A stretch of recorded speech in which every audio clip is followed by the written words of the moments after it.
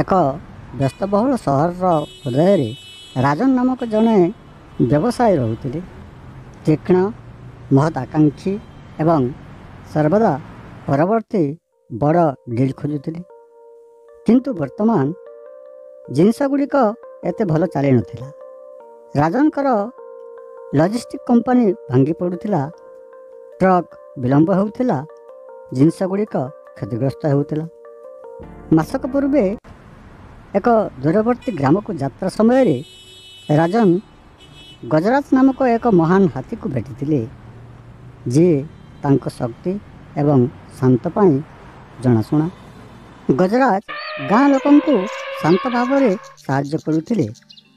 Machine ପରି ନୁହେଁ, ଗଜରାଜ କେବେ କୌଣସି କାମରେ ବିଫଳ ହୋଇନଥିଲେ। ରାଜନର ଏକ ଧାରଣା ଥିଲା। ରାଜନ ଏକ ଉଦାର ପ୍ରସ୍ତାବ ସହିତ ଗଜରାଜଙ୍କୁ ନିଯୁକ୍ତି ଦେବାକୁ ପ୍ରସ୍ତାବ ଦେଉଥିଲେ। ରାଜନ ହାତୀର ଯତ୍ନ ନେଉଥିବା ବ୍ୟକ୍ତିଙ୍କୁ ଏକ ମାସିକ ପାରିଶ୍ରମିକ ପ୍ରଦାନ କରିଥିଲେ। ମୁଁ ତାଙ୍କୁ ଏକ ସାଥୀ ପରି ବ୍ୟବହାର କରିବି, ରାଜନ ପ୍ରତିଶ୍ରୁତି ଦେଇଥିଲେ। ଗଜରାଜ ସହର ଭିତରକୁ ଯାଉଥିଲେ। ଲୋକମାନେ ଆଶ୍ଚର୍ଯ୍ୟ ହୋଇଗଲେ। ଗଜରାଜ ସବୁଠାରୁ ନିର୍ଭରଯୋଗ୍ୟ କର୍ମଚାରୀ ହୋଇଗଲେ। ସମୟ ସୀମାରେ ବିତରଣ, କୌଣସି ଦୁର୍ଘଟଣା ଘଟିଲା ନାହିଁ। ସମସ୍ତେ ତାଙ୍କୁ ଭଲ ପାଉଥିଲେ।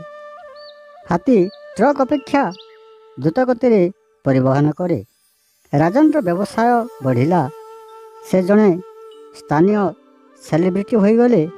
କିନ୍ତୁ ସଫଳତା ତାଙ୍କ ମୂଲ୍ୟବୋଧକୁ ଧୂଆଁ ଦେବା ଆରମ୍ଭ କଲା। ନିବେଶକଙ୍କ ଏକ ବୈଠକ।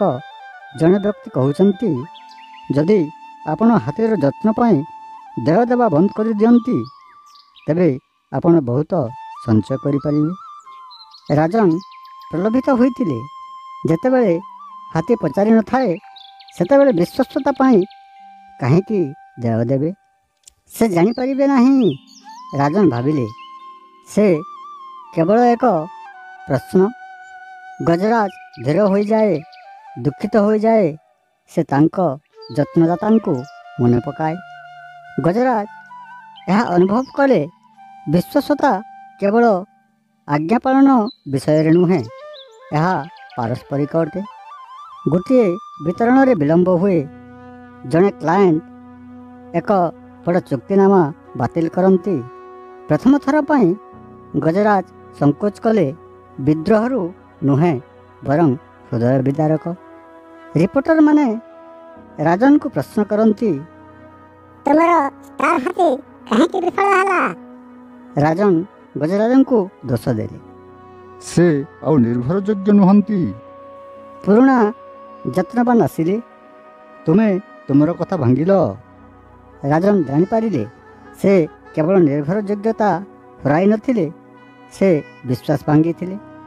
ରାଜନ ଯତ୍ନବାନଙ୍କ ସହିତ ଗଜରାଜଙ୍କ ପାଖରେ ଆଣ୍ଠୁମାଡ଼ି ବସିଲେ।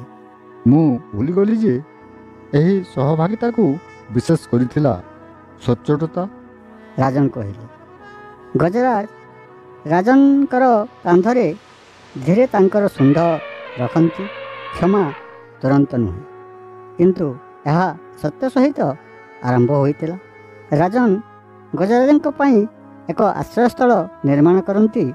ତତ୍ତ୍ୱାବଧାରକଙ୍କୁ ପୁନଃ ନିଯୁକ୍ତି ଦିଅନ୍ତି। ଯେଉଁଠାରେ ସଚ୍ଚୋଟତା ରୋପଣ କରାଯାଏ, ସେଠାରେ ବିଶ୍ୱସ୍ତତା ସର୍ବୋତ୍ତମ ଭାବରେ ବଢ଼େ। ରାଜନ ଅଧିକ ପଶୁ ସହାୟତା ସେବା ଯୋଗ କରନ୍ତି। ସବୁକିଛି ନୈତିକ ଯତ୍ନ ସହିତ। କମ୍ପାନୀ ପୁଣି ସମୃଦ୍ଧ ହେଲା, କିନ୍ତୁ ଏଥର ହୃଦୟ ସହିତ। ଜଣେ ରିପୋର୍ଟର ପଚାରନ୍ତି, ତୁମର ବ୍ୟବସାୟ କ'ଣ ପରିବର୍ତ୍ତନ କରିଛନ୍ତି? ରାଜନ ହସି ହସି କୁହନ୍ତି, ଏକ ହାତୀ ମୋତେ ମନେ ପକାଇଦେଲା, ବିଶ୍ୱସ୍ତତା ଋଣୀ ନୁହେଁ, ଏହା ଅର୍ଜିତ। ଗଜରାଜ ନଗର ଆଲୋକ ତଳେ ରାଜନଙ୍କ ପାଖରେ ଚାଲୁଛନ୍ତି। ମଣିଷ ହେଉ କି ପଶୁ, ବିଶ୍ୱାସ ସତ୍ୟ ଉପରେ ନିର୍ମିତ।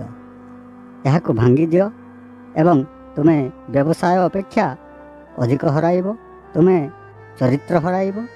ଗଜରାଜ ଏବଂ ରାଜନ ଉଚ୍ଚାରଣ କରୁଛନ୍ତି ଉକ୍ତି ସହିତ, ସତ୍ ହୁଅ, ବିଶ୍ୱସ୍ତ ହୁଅ, ଏବଂ ବିଶ୍ୱ ତୁମକୁ ଯେକୌଣସି ମେସିନ୍ ଅପେକ୍ଷା ଆଗକୁ ନେଇଯିବ। ଯଦି ଆପଣମାନଙ୍କୁ ଆମର ଭିଡ଼ିଓଟି ଭଲ ଲାଗିଥାଏ ତେବେ କମେଣ୍ଟ ଓ ସେୟାର କରିବା ସହିତ ଚ୍ୟାନେଲଟିକୁ ସବସ୍କ୍ରାଇବ୍ କରି ନୋଟିଫିକେସନ୍ ବେଲ୍କୁ ଅନ୍ କରନ୍ତୁ। ଫଳରେ ଆମ ଚ୍ୟାନେଲରୁ ଅପଲୋଡ଼ ହେବାକୁ ଥିବା ପ୍ରତ୍ୟେକଟି ଭିଡ଼ିଓର ନୋଟିଫିକେସନ୍ ଆପଣଙ୍କ ପାଖରେ ତୁରନ୍ତ ମିଳିପାରିବ। ଧନ୍ୟବାଦ।